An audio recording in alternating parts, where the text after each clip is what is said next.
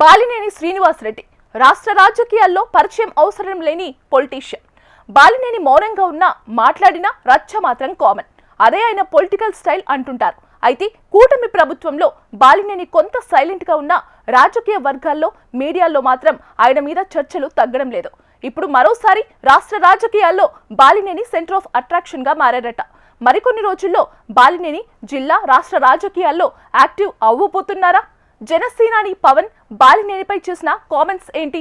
దాని అంతరార్థం ఏంటి?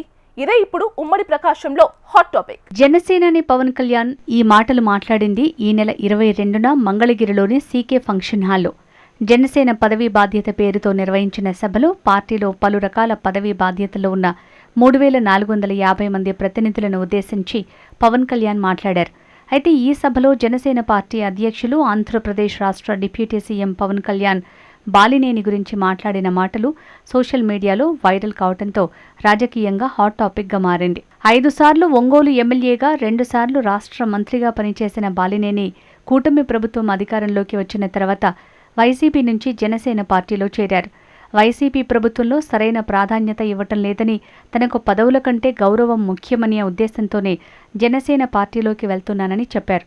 వైసీపీ అధికారంలో ఉన్న సమయంలో తనకు 2.5 సంవత్సరాలకే మంత్రి పదవిని కుదించిన నాటి నుంచే బాలినేని వైసీపీ అధిష్టానంపై అలకబూని ఉన్నారు. అయితే ఎన్నికల సమయంలోనే జనసేన నుంచి ఆహ్వానం వచ్చినా తాను వెళ్లలేదని గతంలోనే చెప్పారు ఆయన. బాలినేని జనసేన పార్టీ తీర్థం పుచ్చుకున్న తొలి రోజుల్లోనే పార్టీలో మంచి పొజిషన్ ఇవ్వడంతో పాటు ఎమ్మెల్సీ ఇచ్చి మంత్రిని చేస్తారని పెద్ద ఎత్తున ప్రచారం జరిగింది. పదవి సంగతి పక్కన పెడితే గతంలో ఎన్నికలకు ముందు, ఆ తర్వాత పలుమార్లు బాలినేనిని పవన్ కళ్యాణ్ పొగిడిన సందర్భాలు ఎన్నో ఉన్నాయి. వైసీపీ హయాంలోనే బాలినేని రాజకీయ నైతిక విలువల గురించి పవన్ మాట్లాడటం అప్పట్లో సంచలనంగా మారింది.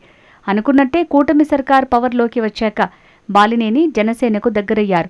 కాకపోతే బాలినేని జనసేనలో చేరి సంవత్సరానికి పైగా కాలం గడిచిన అభిమానులు ఊహించిన పదవులు ఇంతవరకు రాకపోవడంపై చర్చ జరుగుతూనే ఉంది.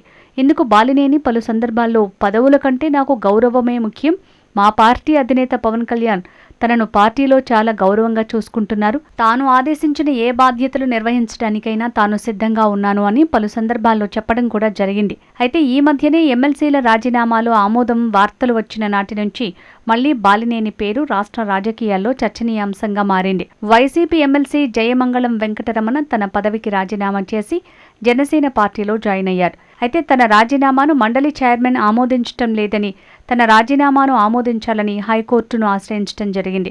అయితే నవంబర్ 27న హైకోర్టు మండలి చైర్మన్కు జయమంగళ వెంకటరమణ రాజీనామాపై 4 వారాల్లో నిర్ణయం తీసుకోవాలని ఆదేశించడం జరిగింది. దీంతో మళ్లీ బాలినేని ఒక్కసారిగా రాష్ట్ర రాజకీయాల్లో చర్చకు వచ్చారు. జయమంగళ వెంకటరమణ ఎమ్మెల్సీ రాజీనామా ఆమోదించకపోతే ఆ ఎమ్మెల్సీ పదవి బాలినేనికి వస్తుందని ఎప్పటి నుంచో ప్రచారం జరుగుతూ ఉంది. దీంతో వచ్చే ఏడాదిలో ఎప్పుడైనా బాలినేని ఎమ్మెల్సీగా పదవీ బాధ్యతలు చేపట్టే అవకాశం ఉందని గత నెల రోజులుగా ప్రచారం జరుగుతోంది. ఎమ్మెల్సీ ప్రచారం జరుగుతున్న సమయంలోనే బాలినేని రాజకీయంపై, బాలినేని పర్సనాలిటీపై అధినేత పవన్ కళ్యాణ్ చేసిన వ్యాఖ్యలతో త్వరలోనే బాలినేని జిల్లా రాష్ట్ర రాజకీయాల్లో యాక్టివ్ అయ్యే టైం వచ్చిందని ఆయన అనుచరులు చెప్తున్నారు. దీంతో బాలినేని ప్రత్యర్థులకు ఇది సవాల్గా మారనుందట.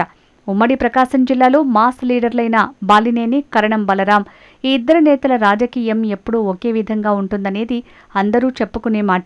ఈ ఇద్దరు నేతలు వారు ఏ పార్టీలో ఉన్నా పార్టీలతో సంబంధం లేకుండా తమ వర్గాలు తమ వెంటే ఉండటం ఈ ఇద్దరు నేతలకు కలిసొచ్చే అంశం. అందుకనే ఉమ్మడి ప్రకాశం జిల్లాలో కాకలు తీరిన నేతలు ఎంతమంది ఉన్నా మాస్ లీడర్లుగా బాలినేని, కరణం బలరాంలు మాత్రమే కనిపిస్తారు. బాలినేని గత సంవత్సర కాలంగా రాజకీయంగా యాక్టివ్గా లేకపోయినా తన వర్గాన్ని మాత్రం కాపాడుకుంటూనే వస్తున్నారు. కానీ 2026లో మళ్లీ బాలినేనికి టైం వస్తుందని ఆయన వర్గీయులు చర్చించుకుంటున్నారట. గత సంవత్సర కాలంగా బాలినేనికి రాజకీయంగా టైం కలిసి రాలేదన్న మాట వాస్తవం. జయమంగళ వెంకటరమణ ఎమ్మెల్సీ రాజీనామాను ఆమోదించి ఉంటే ఎప్పుడో బాలినేని ఎమ్మెల్సీ అయ్యేవాడు. అంతేకాకుండా ప్రకాశం జిల్లా జనసేన పార్టీ బలోపేతంతో పాటు మరో 3-4 జిల్లాల్లో జనసేన పార్టీ బలోపేతానికి కార్యాచరణ మొదలై ఉండదనే చర్చ జరుగుతుంది. మొత్తం బాలినేని రాజకీయ పరిణతి అంటే తనకు ఎంతో ఇష్టమని స్వయాన జనసేనాని పార్టీ ముఖ్య నేతల సమక్షంలో చెప్పటం, ఇటు జయమంగళ వెంకటరమణ రాజీనామా విషయంలో హైకోర్టు జోక్యం చేసుకోవటం, ఈ పరిణామాలన్నీ చూస్తుంటే మరికొద్ది రోజుల్లోనే బాలినేని ఎమ్మెల్సీ పదవితో మళ్లీ రాజకీయాల్లో యాక్టివ్ అవ్వటం ఖాయమని బాలినేని వర్గీయులు ఫుల్ ఖుషీలో ఉన్నారట. చూద్దాం 2026 కొత్త సంవత్సరంలో బాలినేని రాజకీయం ఎలా ఉంటుందో